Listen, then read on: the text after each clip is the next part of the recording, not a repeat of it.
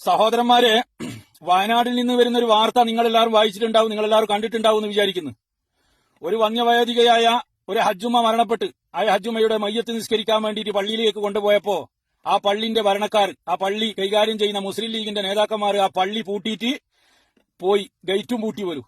അവർ പറഞ്ഞത് എപിക്കാരായ കുടുംബത്തിൽപ്പെട്ട ഒരു മയ്യത്താണിത്, അതുകൊണ്ട് ഈ പള്ളിയിൽ നിന്ന് എപിക്കാരുടെ മയ്യത്ത് നിസ്കരിക്കാൻ വേണ്ടി പറ്റൂല എന്ന് പറഞ്ഞിട്ട് അവരും പള്ളി പൂട്ടിപ്പോയെ. ഒന്ന് ആലോചിച്ച് നോക്കിയേ. ഒരു പള്ളിന്റെ അടുത്തുള്ള അജ്ജുമ്മ, ആ അജ്ജുമ്മ എത്രമാത്രം ആ പള്ളിക്ക് വേണ്ടിയിട്ട് സഹായങ്ങൾ ചെയ്തിട്ടുണ്ടാവും നിങ്ങൾ ഓർമ്മിച്ച് നോക്കിയേ.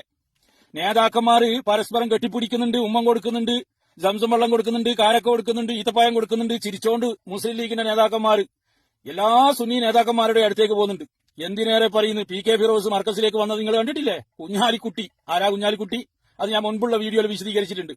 അത് മാത്രമല്ല, കെ.എം. ഷാജി ഇന്നലെ സമസ്തന്റെ പ്രസിഡന്റ് ഈ സുലൈമാൻ ഉസ്താദിനെ കെട്ടിപ്പിടിക്കാൻ നിങ്ങൾ കണ്ടിട്ടില്ലേ?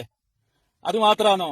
സീദിയാജിന്റെ മോന് ബഷീർ സാഹിബ്, സീദിയാജിന്റെ മോന് ബഷീർ ഇന്നലെ വടശ്ശേരി അസം മുസ്ലിയാരുടെ ഉസ്താദിന്റെ അടുത്ത് പോയിട്ട് അനുഗ്രഹം വാങ്ങുന്നു, കാര്യങ്ങൾ സംസാരിക്കുന്നു. ഇതാണ് നമ്മൾ കണ്ടുകൊണ്ടേയിരിക്കുന്നത്.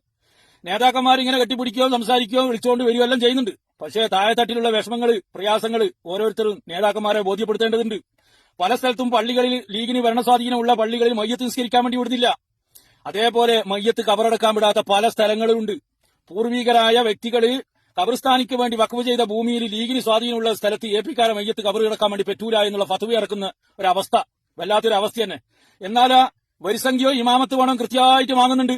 ഒരാണുങ്ങൾ മരിച്ചു കഴിഞ്ഞാൽ ആ മയ്യത്തിന് മരിച്ച വ്യക്തിയുടെ പരക്കേക്ക് വലിയ ലീസ്റ്റ് കൊണ്ട് കൊടുക്കൂ. അതിലും പല കള്ളത്തരത്തിലൂടെയാണ് ലീസ്റ്റ് കൊണ്ട് കൊടുക്കുന്നത്. സത്യത്തിൽ ഒരു വർഷത്തെ വരിസംഖ്യ ഇമാമത്ത് പണമായിരിക്കും കൊടുക്കാനുണ്ടാകുക. എന്നാൽ 5 കൊല്ലത്തെ 10 കൊല്ലത്തെ എഴുതിയിട്ട് കൊടുക്കൂ. കാരണം വെച്ചാൽ ഈ മയ്യത്ത് എണീച്ച് വന്നിട്ട് കാര്യങ്ങൾ പറയില്ലാലോ, ഞാൻ 1 കൊല്ലത്തെ വരിസംഖ്യ കൊടുക്കാനുള്ളൂ എന്ന് പറയൂലാലോ. അതിലും കള്ളത്തരത്തിലൂടെ പൈസ വാങ്ങുന്ന പല മഹലുകളുണ്ട്. മയ്യത്തിനെ വെച്ചിട്ട് പൈസ വാങ്ങുക. കാരണം മയ്യത്ത് വന്നിട്ട് പറയൂല. 1 കൊല്ലത്തെ 1000 രൂപ ആയിരിക്കും വരിസംഖ്യ കൊടുക്കാനുണ്ടാകുക. അതെന്ത് ചെയ്യൂ, 10 കൊല്ലത്തെയാക്കൂ. ബാക്കി എന്ത് ചെയ്യൂ, ലീഗുകാർ അമുക്കൂ. ലീഗുകാർക്ക് ഈ മയ്യത്തിന്റെ പൈസ, പള്ളിന്റെ പൈസ കക്കുന്നൊരു അത്ഭുതമോ ആശ്ചര്യമുള്ളതല്ലോ. ഇങ്ങനെ പോലും പല സ്ഥലത്തും നടക്കുന്നുണ്ട്. ഇതിനെല്ലാം ഒരു പരിഹാരം വേണ്ടേ? ഒരു മരിച്ച മയ്യത്ത് കവറെടുക്കാനുള്ള ഒരു സ്വാതന്ത്ര്യം വേണ്ടേ? ഒരു മരിച്ച മയ്യത്തിന്റെ പേരിൽ മയ്യത്ത് നിസ്കരിക്കാൻ ഒരു പള്ളി തുറന്നു കൊടുക്കേണ്ട ആവശ്യമില്ലേ? ഇതെല്ലാം ഓരോ നാട്ടിലും താഴെത്തട്ടിൽ നടക്കുന്നത്. ഇത് നേതാക്കന്മാർ അറിയുന്നുണ്ടോ ഇല്ലേ എന്നുള്ള അറിയില്ല. ഒരു മനുഷ്യനെ സംബന്ധിച്ചിടത്തോളം മരിക്കുക എന്നുള്ള കടമയേ ഉള്ളൂ. അദ്ദേഹത്തെ മറവ് ചെയ്യുക, അദ്ദേഹത്തിന്റെ കർമ്മങ്ങൾ ചെയ്യുക എന്നുള്ളത് നാട്ടുകാരുടെ കടമയാണ്. ആ കടമ നിറവേറ്റാൻ വേണ്ടിയിട്ട് ഈ ലീഗ് ഭരണസമിതിയിൽപ്പെട്ടവർ വിടുന്നില്ല എന്ന് പറഞ്ഞാൽ ഏടിയെത്തി ലോകോ?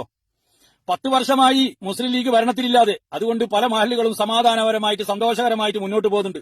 ഇപ്പൊ വീണ്ടും 15ാമത് ഇലക്ഷൻ നടക്കുക. ഈ സമയത്ത് അവരെ പ്രതീക്ഷ മുസ്ലിം ലീഗ് എന്തായാലും ഭരണത്തിൽ വരൂ, നമ്മൾ നിങ്ങൾക്ക് കാണിച്ചു തരാം എന്നുള്ളൊരു അഭിപ്രായത്തിലാണ് അവർ നടക്കുന്നത്. ഇത് കരുതിയിരുന്നാൽ ഓരോരുത്തർക്കും നല്ലത് എന്നേ എനിക്ക് പറയാനുള്ളൂ. നമ്മളെ സംബന്ധിച്ചിടത്തോളം RSS മുസ്ലിം വിരോധികളാണ്. അവർ എഴുതി വെച്ചിട്ടുണ്ട്, അവരെ പ്രസംഗങ്ങളിലൂടെ അവർ പറഞ്ഞുകൊണ്ടേയിരിക്കുന്നുണ്ട്. നമുക്ക് അവരെന്ത് ചെയ്യുക, കരുതിയിരിക്കുക. അവരെ മുമ്പിലേക്ക് പോകുമ്പോൾ ഒരു കരുതലോടുകൂടി നമുക്ക് നിൽക്കാം. പക്ഷേ മുസ്ലിം ലീഗുകാരോട് കൂടെ നിൽക്കുമ്പോൾ നമുക്ക് അങ്ങനെ കരുതാൻ വേണ്ടി പറ്റുന്നില്ല. കാരണം എന്താ, അവർ ചിരിച്ചോണ്ടും വരുന്നത്. ചിരിച്ചോണ്ടും വന്നിട്ട് നമ്മൾ എങ്ങനെ കുഴിച്ചാടിക്കാം എന്നുള്ള ചിന്തയിലാണ് ഈ മുസ്ലിം ലീഗിന്റെ നേതാക്കന്മാരും പ്രവർത്തകന്മാരും മുന്നോട്ട് പോകുന്നത് എന്നുള്ള കാര്യം ഓരോ സുന്നി പ്രവർത്തകന്മാർ ഓർക്കുന്നത് നല്ലതാണ്. ഇതിനുള്ള ഒരു പരിഹാരം വേണ്ടേ? ഇവരെ കരുതിയിരുന്നാൽ നമുക്ക് നല്ലതാണ്.